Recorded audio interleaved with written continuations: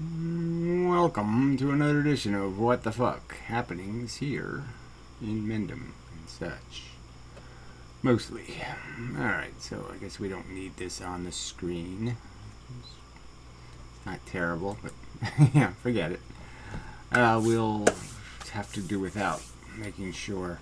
Anyway, so I thought I would talk about, I had seen the old unintelligent design video.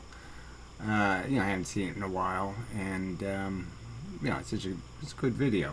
There's a few lines in it, where I say something pretty intelligent, like crude forces in control of precious commodities, kind of a good line, and more friction than function, pretty good line. And so I was also just thinking about how to have the conversation with people about anything, and how I have to do this whole get the axioms. You have to have the agreeable language. Almost. You sort of have to agree on what words mean before you can have a conversation, and in a way, before you can do reasonable philosophical debating, or arguing, or persuading. You sort of have to have common definitions and common axioms, or premises for the conversation, the boundaries of the conversation. And so that's always a big problem, because there's this fundamental problem of people having religious whatever, some sort of perception of reality that includes this extra ingredient, this super vitamin, that makes life super special because God did it on purpose, and so therefore we can't make God look ridiculous by saying his creation's a piece of crap. And so it sort of just ends the conversation about how we're not doing well enough, and that's sort of the statement.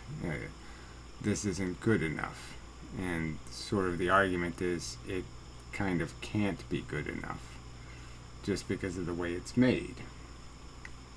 So, in having the conversation about the way it's made, there's two elements that just sort of you have to establish. The first is what we are, how do we work, and sort of why we are.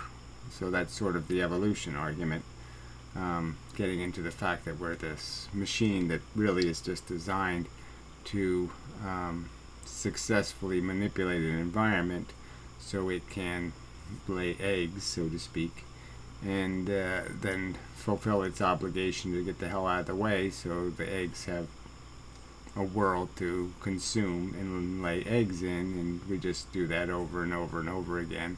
And that's the basic function. Now, yes, we can add to that basic function. What the hell that image is? There are some clunkers in here. The camera doesn't have any screen on it. I can't see what it's doing, and sometimes it doesn't do what I'm thinking it's doing. Anyway, not terribly relevant. Very distractible sometimes. Not highly motivated sometimes. It makes you very distractible because you're just looking for some excuse to get the hell out of here and do something else. Anyway, I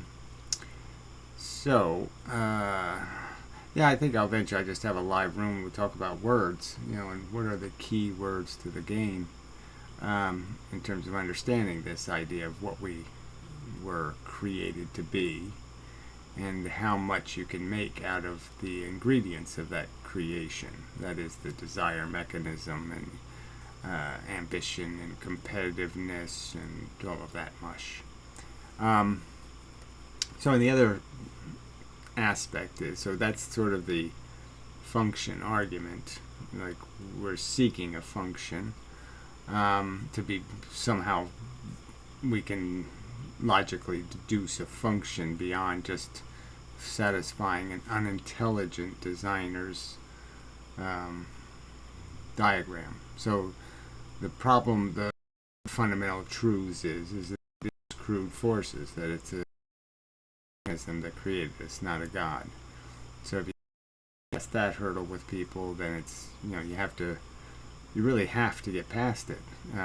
You have to fix that. Then you have to get them at least conceding that maybe they're wrong. Maybe there's not enough evidence to believe in this God thing, and if they're wrong, it has a huge consequence. Being wrong isn't an option, because there's too much at stake. So you really have to make sure, if you're going to believe in some fairy tale, that you got it right. Because, the losses are huge. It's like you're playing with real fire here, real acid, and things will be dissolved in it, and bad stuff will happen. So, and by saying bad stuff will happen, I've gotten to the second subject, which is this idea of establishing the fact that regardless of what created this thing that we're part of, that part of the creation is the creation of value, in the sense that the feeling organism has these sensations, and then sensations are intrinsically valuable, in the sense that they are, most of them easily are put into a category of bad or not bad, if you want to use that as the category. I mean, some people might say bad or good, or they might say good and less good. They might think getting cancer isn't bad, it's just less good. Something like that. But whatever the standard would be, is this idea that value is a part of this creation, this happening on the surface of the planet Earth. So I think all the facts indicate that this is just an event happening on the surface of a planet. The chemistry, the DNA molecule, has built an entire infrastructure around itself, many membranes of function, in a sense. They all have a function, a membrane, a barrier, establishing a definition between the nucleus of the cell and the outside of the cell, and then the group of cells and their periphery, and then it's all a bunch of barriers that have purpose. Moat, for example, or something full of crocodiles. That it's all purpose, in the sense of it is established that this collection of functionality makes you better at laying eggs successfully, in the sense of they are put in an environment for which they are able to successfully reproduce. And that's what our ancestors, as I've said, all of us are sort of related to people who were either very skillful or very lucky, in that they navigated the Black Plague and they did lots of things to survive very difficult circumstances. Now, I would argue most of them were just the lucky ones, and there wasn't much skill involved.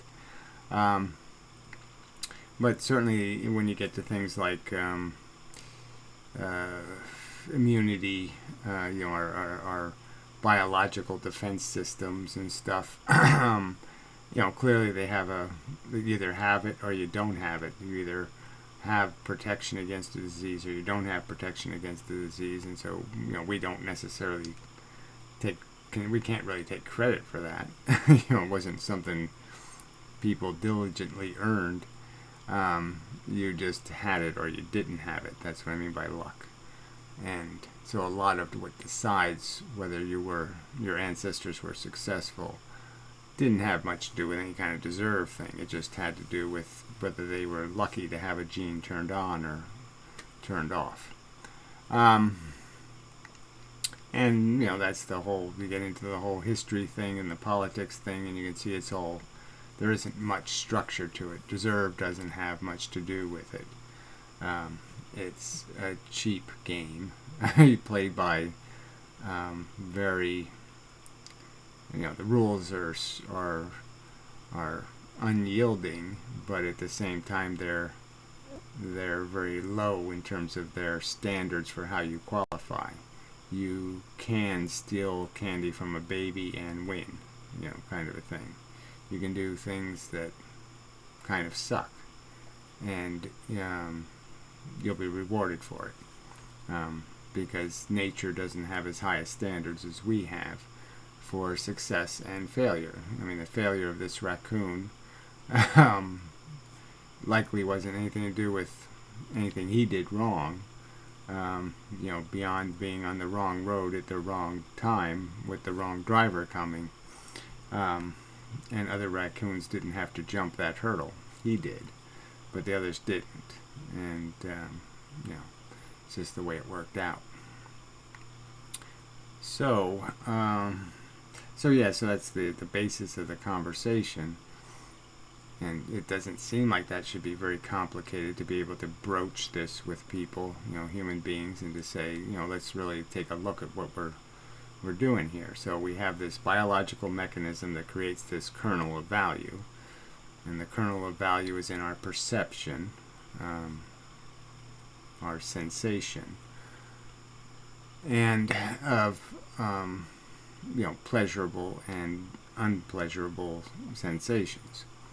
And for many people, they look at their own life, and apparently they draw the conclusion that they're ahead by some amount. They've had more good than bad, certainly, and they, even if they acknowledge that they have had a better life than the average, to be able to score that high, they don't think the average is low enough for them to be at all concerned that somehow this mechanism is somehow running a deficit, that there is in fact it's too expensive, that the friction, which would be the negative stuff happening, it's a metaphor, friction, is too expensive for the amount of function, and the function would be having these pleasant experiences.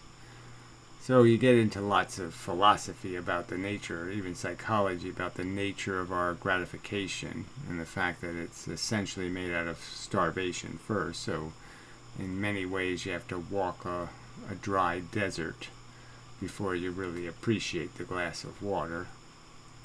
So it could be argued that our enjoyable experiences are often made out of a substantial amount of deprivation.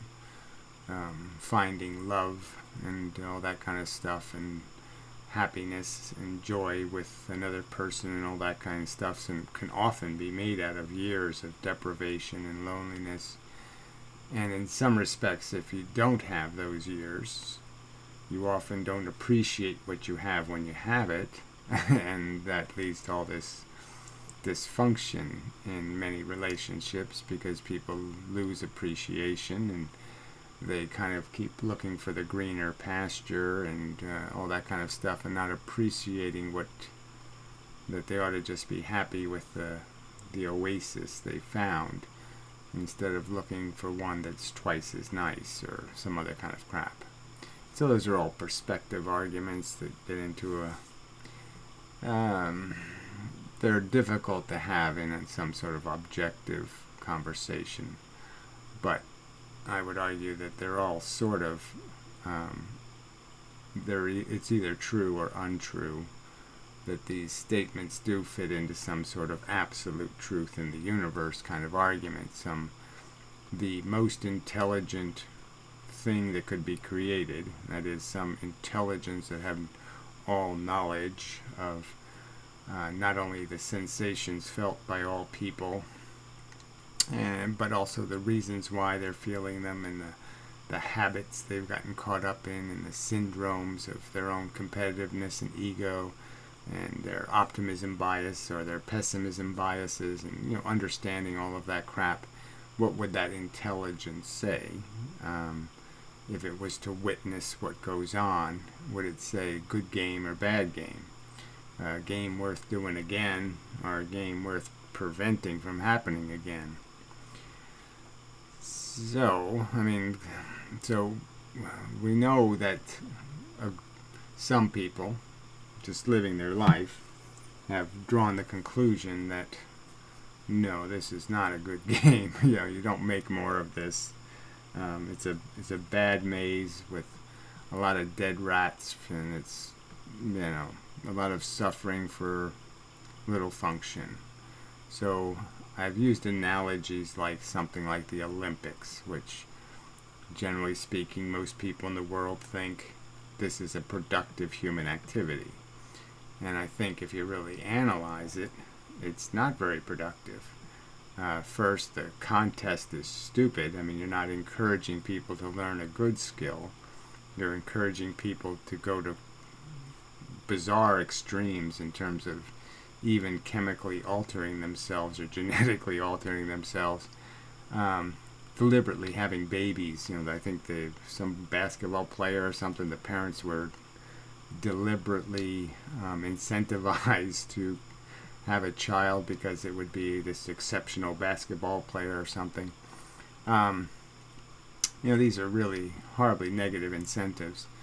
And clearly a ton of people will literally die chasing these gold medals. I mean, they'll die. Tons will get injured, paralyzed, all kinds of negative things will happen to them. A whole bunch of them will, for some reason that has nothing to do with their own failure, but they will fail for stupid reasons. So there'll be an awful lot of disappointment, real harsh harm, pain, suffering, disappointments, alcoholism, lots of things they won't be able to get over very well. For what? For a couple of people who will be allowed to stand up and say, I did it, I'm wonderful, and I'm great. And they'll have some splendid ego moment. And that moment might just be that. It just might be a moment because they were so competitive and so driven that they might realize that, there's still somebody who did it twice, or somebody did it 3 times. And so I have to do it 3 times. I have to do it 4 times to prove I'm better. They have a record. They threw it the furthest, so I have to throw it. Even though I won, I didn't throw it as far as that guy did 3 years ago. So, I didn't really win. And so their psychology is so bent Well, anyway, I've sort of made these arguments before, but you can go into this idea that you're going to analyze something in sort of a clinical way and realize that if human beings were to be addicted to a food, for example, you'd say, well, let's go out and find the best food to be addicted to, right? I mean, if we know that it really doesn't matter, that all it is a matter of exposure, that if I just let you eat it 3 times, you can end up addicted to it. And I have a choice of 10 things, potato chips or frog's legs or whatever, but I could give a list of 10 things.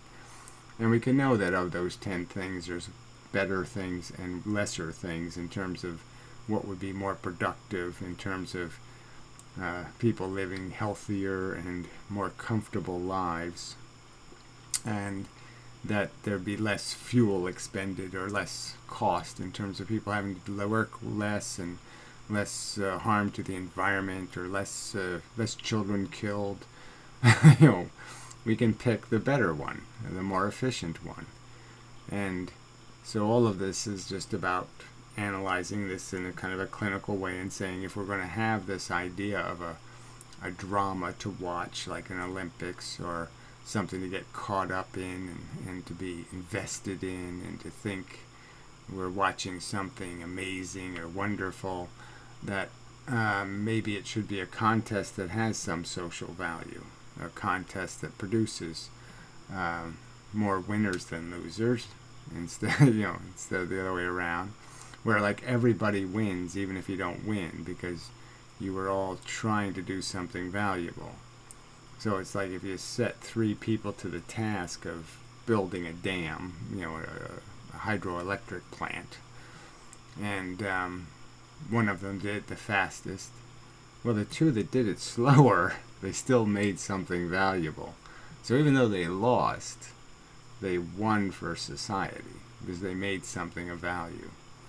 And so it's kind of an obvious argument that can say, if you're going to really look at it clinically, logically, unemotionally, yes, we should encourage ourselves, our civilization, to create things for us to eat, to consume, that are going to be efficient, where the amount of function versus friction will be a better ratio.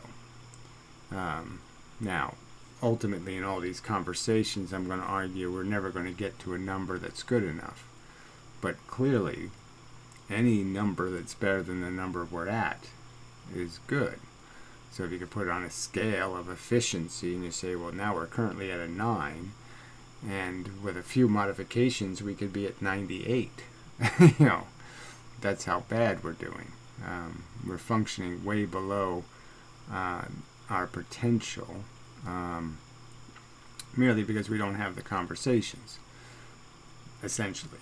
Merely because nobody's obligated to defend existence or defend the quality of our existence, because primarily people just use the God excuse or the nature excuse, and that this really doesn't have anything to do with us acquiring knowledge over time and being responsible to apply that knowledge, that somehow it has to do with, they just scapegoat the responsibility to God or nature and essentially say we play no role in terms of being able to analyze the circumstance we're in and collectively recognize that if we're going to make human beings, we ought to make ones that work better than us.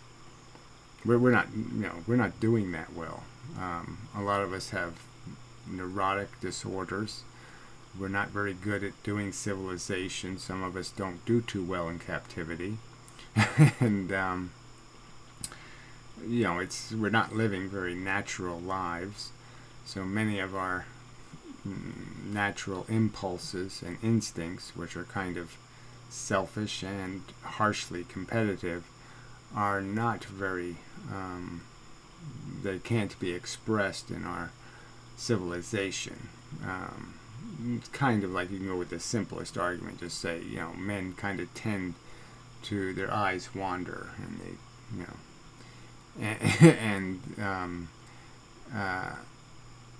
that just doesn't work very well in a society where we all understand commitments and loyalty and all that stuff. In nature, it doesn't matter as much. Here it does, because people take it personally, and they're hurt. And that's just the truth. And so it's hard for us to sometimes blend our nature into the rules of playing a better game, because the natural game isn't a nice game. It's very the cheaters win often. If you can kill the other guy's kids, then your kids have a better chance, kind of idea. You can cheat for your children. And that just automatically, in my head, as soon as I said those words, you can cheat for your children, it just brings up the idea of how, again, our civilization has endorsed a system where that's exactly what people do. They cheat for their kids. And they have these notions of entitlement and inheritance, and they're just overtly saying a rigged game is the game I want, because my kids will do better in the rigged game, and that's all they're saying. And they don't really care about merit or earn or deserve. It's just about my kind versus their kind, and it's just like taking the steroids in the Olympics. I mean, you're basically just saying, I don't care about cheating.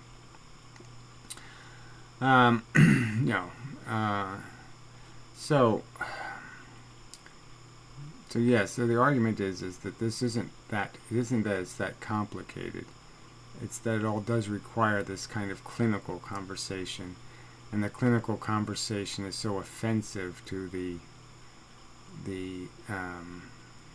the, the, the people tied to a notion of spirituality or human divinity, at least divinity in the sense of a creator.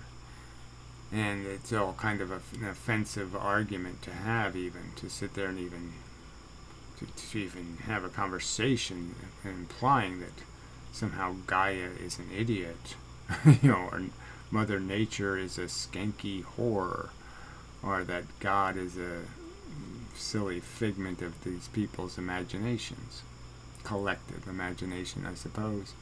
But it's not even that. It's an archaic imagination. It's an old Stone Age image of a creator. It's not even a modern creator. I mean, God is this really Homer Simpson-y kind of moron. It hasn't been developed into a modern, sympathetic, informed, and knowledgeable, because in the past they didn't realize how much information God had held back from them, not telling them about bacteria and not telling them about how diseases are spread, and I mean just simple things that God could have told people to prevent the harm that came to them. And not to give them any of that, not even they didn't give them instructions on how to make a Band-Aid. We had to figure it all out. And so anyway, so I don't want to get into. I mean, obviously the religious argument from my perspective is it's hard to imagine people being that retarded in 2018 to fall for any of that crap. It's so badly evidenced, and the evidence from science is just so substantial in terms of showing us essentially our evolution, our progression on this planet through our ancestry. I mean, we're fish. Fish, 5 bones in their fins. Just some obvious giveaways. The seawater inside of our blood. Those are our ancestors. That is where we came from. Those are the machines that were successful, that led to you having the opportunity to take what they had and make more out of it, make something else out of it anyway, maybe not more, but something else, to create, generally speaking, things get more complicated with time. There's more time to try different varieties and different ways of doing something, and all of them have to be built on a layer, so it's like takes time to build the layer that the next layer is built on, so it does take time to get to certain places, like a conscious human with a intellectual capacity to see things in the world and grab them as concepts in a brain, and understand their relation to each other, and to understand their function, and to understand value in the sense of their value of their comfort and the value of the comfort they can give a human being, or the threat they might pose, like a alligator or a snapping turtle or some menace that might snap you, a little duckling that you called Joey, and might do something that would be hurtful to your sensibilities, cause you some mental anguish and sadness.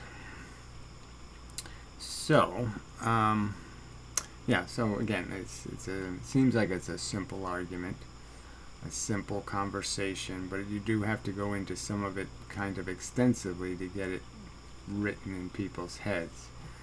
Kind of like the free will conversation, where you have to kind of go through all the examples, or a few of the examples of how, yes, you have to learn how to play a piano. You don't freely choose. You have to go through a process to have ability.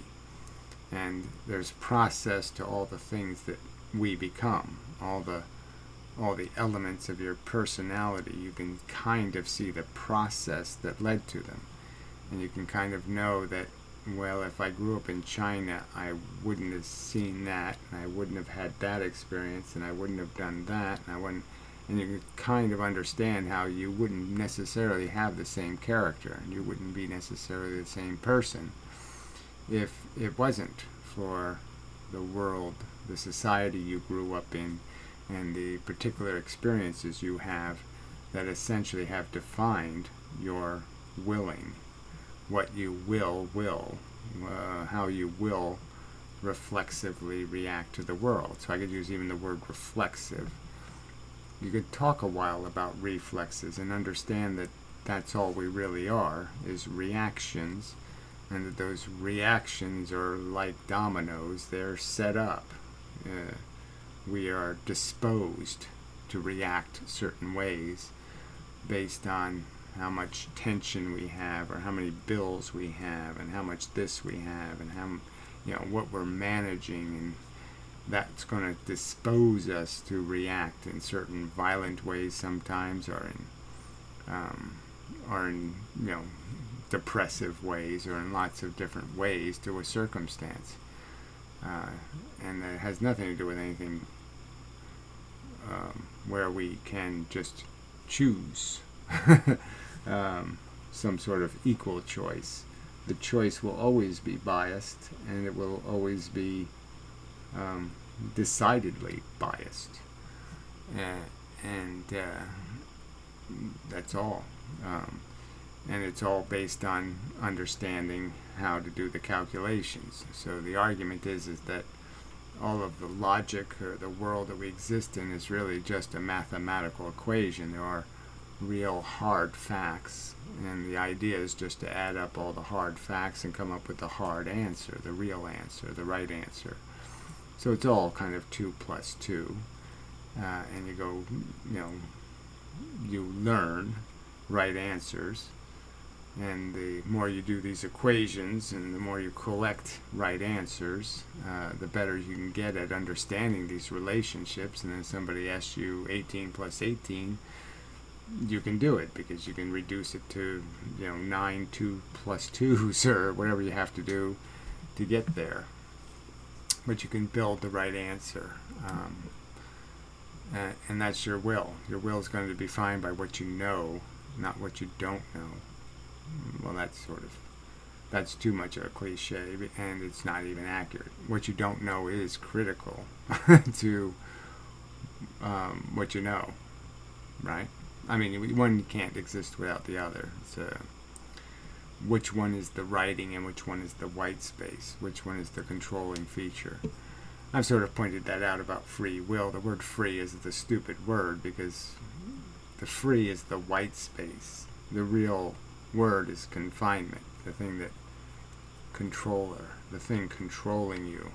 And it's clear that our reflexes are controlling, our programming is controlling us. There's nothing free about that programming. Again, once you know 2 plus 2 equals 4, you can't believe it equals 3. You just can't do it anymore. You're not free to do it. You're confined by knowledge. And our will is just like that. The more you know, the more you're capable of better willing. Knowing better is probably a better way to say that.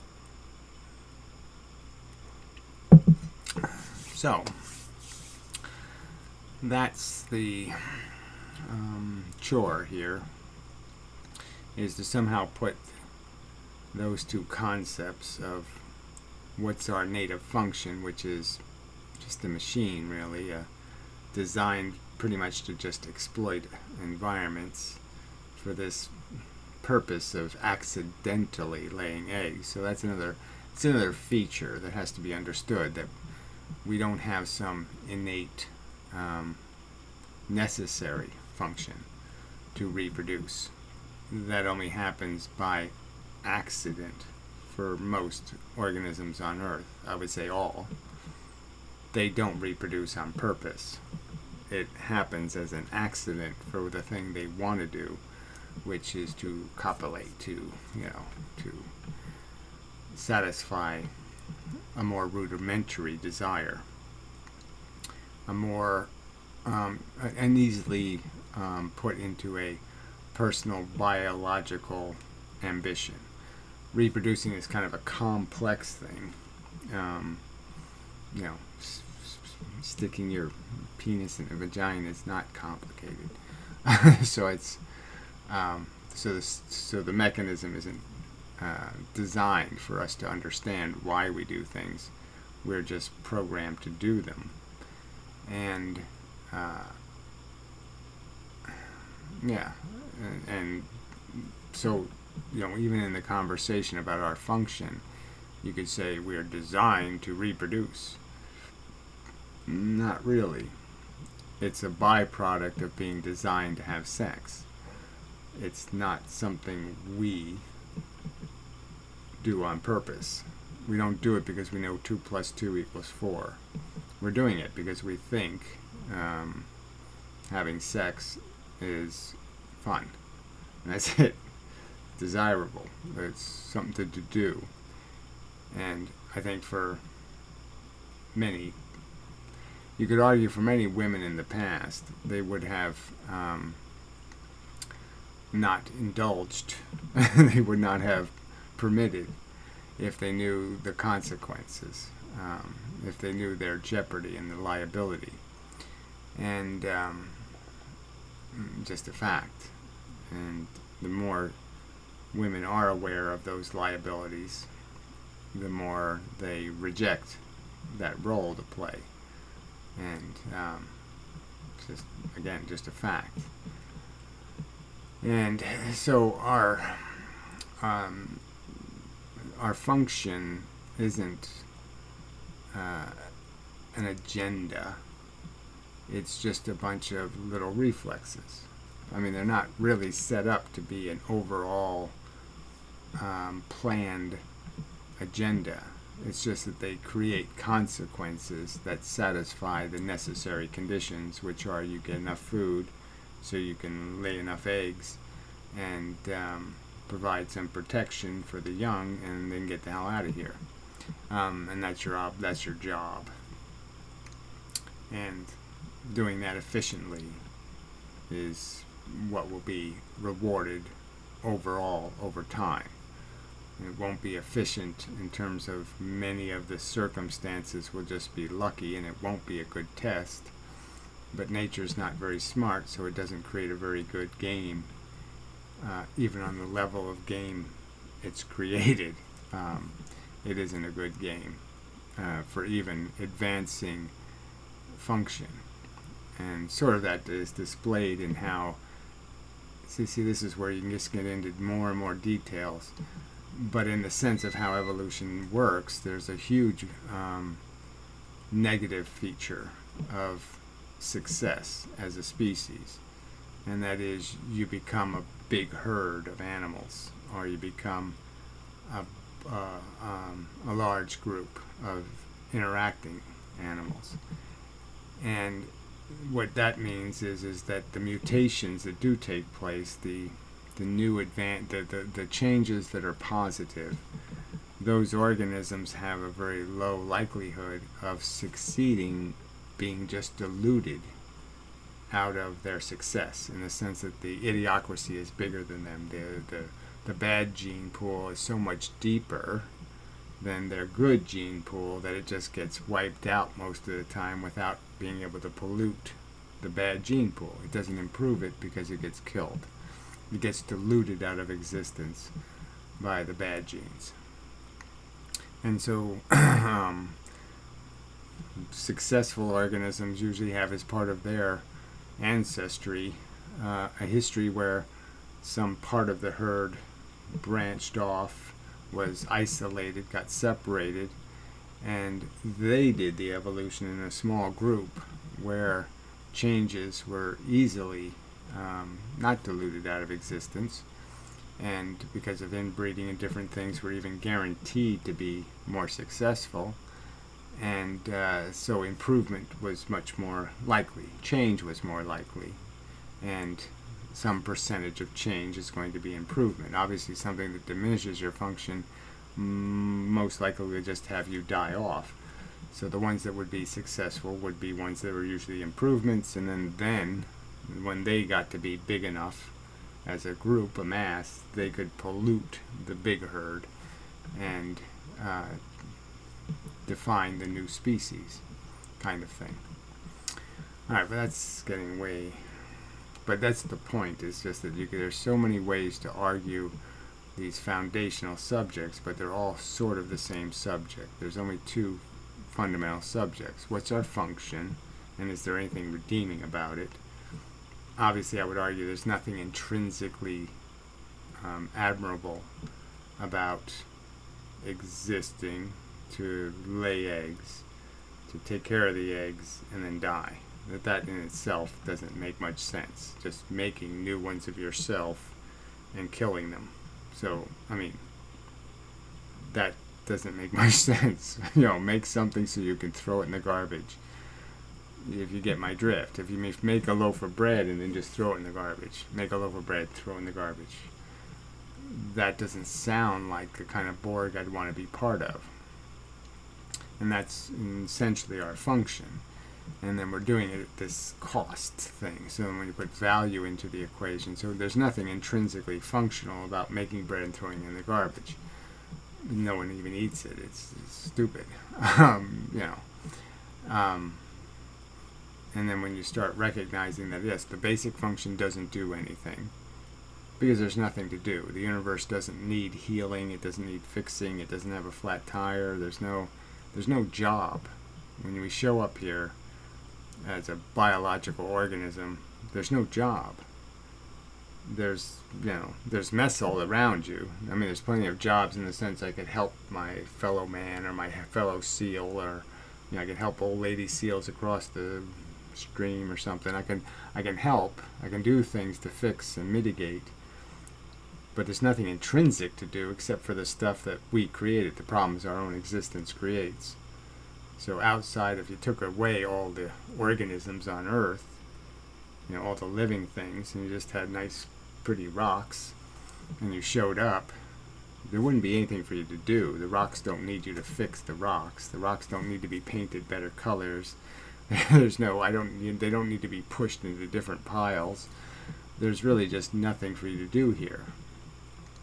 And it isn't until you create another feeling thing that now there's need that needs to be taken care of. There's needs to worry about and be concerned for, and the welfare and happiness and joy, and not being tortured and tormented and brutally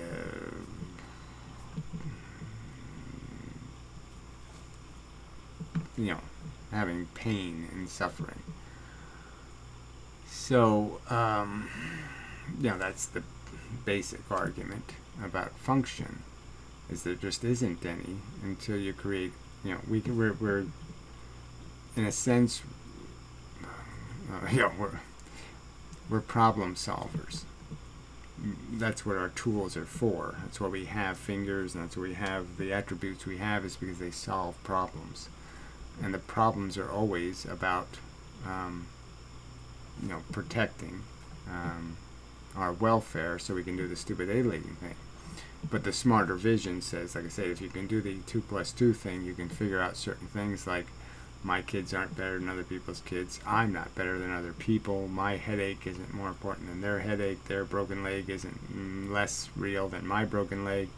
And you start realizing that if I think it's important to stop me from having a headache, I should think it's important to stop other people from having a headache. The headache is the bad thing, not like the broken leg is the bad thing. It doesn't matter who's doing it. It's always just a bad thing. And so you can understand that, yes, there's value in protecting feeling things from bad feelings. And so that can be a mission. But that's not the fundamental mission. And that's not what you do when You don't make the mess so you can clean up the mess, right? So that's just as stupid as baking the bread and throwing it in the garbage, is to think, I don't have a job. Okay, you show up on the vacant landscape and you say, I don't have anything to do, and then you make a mess so it has to be cleaned up. That's not very logical. So you create a damsel tied to the railroad tracks that you need to go rescue. It can't be logically defended, because now you're creating not only just the potential for harm, but actual harm, and you're really not doing anything redeeming to justify it. You're not accomplishing anything but half cleaning up the mess you're making. So it's spilling the milk, cleaning up half of it, and then saying, job well done. When, no, the job well done would have been not to spill the milk, not to let the milk out of the bottle. That's the job well done. Yeah. So, I don't know if I need to ramble on further. It's just trying to figure out how to engage human beings in a nice, without getting too offensive and hostile, a nice conversation about how you understand the real context of our existence. That here we are on a planet full of organisms that are basically killing each other, just to lay their eggs in the corpses of the other organisms. So essentially we're just laying our eggs on the dead bodies of things that we really had no business harming or taking from them, beyond the fact that somebody said that's how you play this game of soccer. You trip another player and slit them open and lay your eggs. And why would a smart thing play a dumb game? That's obviously not a smart game, because obviously you don't want to be the victim. You wouldn't want to role reverse with the victims. You wouldn't want to be somebody born mongoloid and who has 23 surgeries and has all kinds of illnesses and problems and then dies at 18, having lived a very frustrated and anguished existence. You don't want to be that victim. So you can't really defend a game that creates those victims. Yeah. So it's not, like I said, it seems like a really simple argument. And the only nuance is all people's subjective attachments, because essentially you are saying something like, the Olympics is bad. And there's some people just can't hear those words. Baseball is bad. It wastes more than it makes. More friction than function. It causes more grief than joy. And they don't want to hear that about life, or God's creation, or nature's beauty. They just don't want to hear that truth. And it is, in my opinion, a pretty provable truth. Logically provable. We can prove that we're just biological organisms. We can prove that the basic design is kind of cannibalistic, in the sense of just find something that's a little bit different, than you, and kill it, and steal its energy, and steal whatever you can of it, to further your pursuit of your genetic domination of planet Earth. And it can just be demonstrated. That's what all these organisms are built to do, is just exploit the hell out of all the other existers. And that there's nothing admirable in that bad game. And it's a bad game really because nature's too stupid to invent a good game. It can't do something sophisticated. It can't build a beautiful cathedral or something. Think of some beautiful thing that human beings have built. It can only do lean-tos. It can only do caves. It can only do really crude structure. And there's no point being trapped in that crude structure or staying trapped in it. It doesn't make any sense. The cave floods, and it's got parasites in it, and there's mold growing on the walls, and there's lots of reasons to say, no, we got to do better than that. That's not good enough. Alright, so lots of analogies and metaphors, and I guess that's sort of the point, that there's lots of analogies and metaphors, lots of ways to try to get people to understand that our origin stinks, and the game is unintelligently designed, and all we have is our capacity to do intelligence, to do the math right, and figure out that our minimum obligation is to improve our efficiency. And if we're really going to be smart, it's to recognize that the most efficient way to play is not to get in your car, not to go near the field. It's no, you just don't play this game, because it can't do anything, because the universe doesn't need anything done, and everything, the only thing you can do is make work, and then work. You can only be a slave to yourself, and you're not a slave if you don't enslave yourself. If you don't enslave yourself to an error, making the mess, you don't have to clean it up. No price. It's free.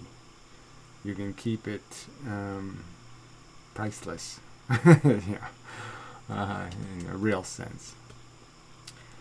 So anyway, I think it's probably enough. Yeah, well, I think it's enough. I mean, I could, we just, like I said, you can go on, but what I need to do is go on in some sort of really, orchestrated way. Every note has to be hit in the right order to create some sort of, intelligent construction that just forces people to walk up the staircase and look at the maze and look at the mess and say, yes, I understand, even though I like it and I'm into it. I know it's not a good idea. I only like it because I have a perception that I'm conquering it and winning, and that's it.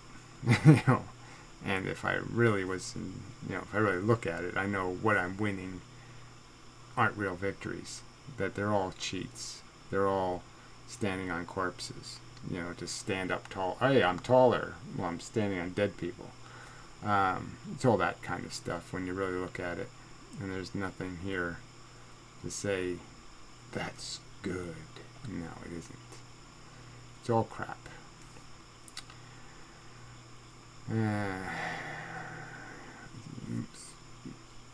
Too much friction, too little function. Alright, now that's enough, I think. So, till the next time, when I will do some more thinking and try to do something more, try to take this notion of understanding what the core subjects are anyway, and try to orchestrate I'm trying to think of the word for writing, try to compose the right order of steps to make it an undeniable, easily understood truth. So anyway, till next time, and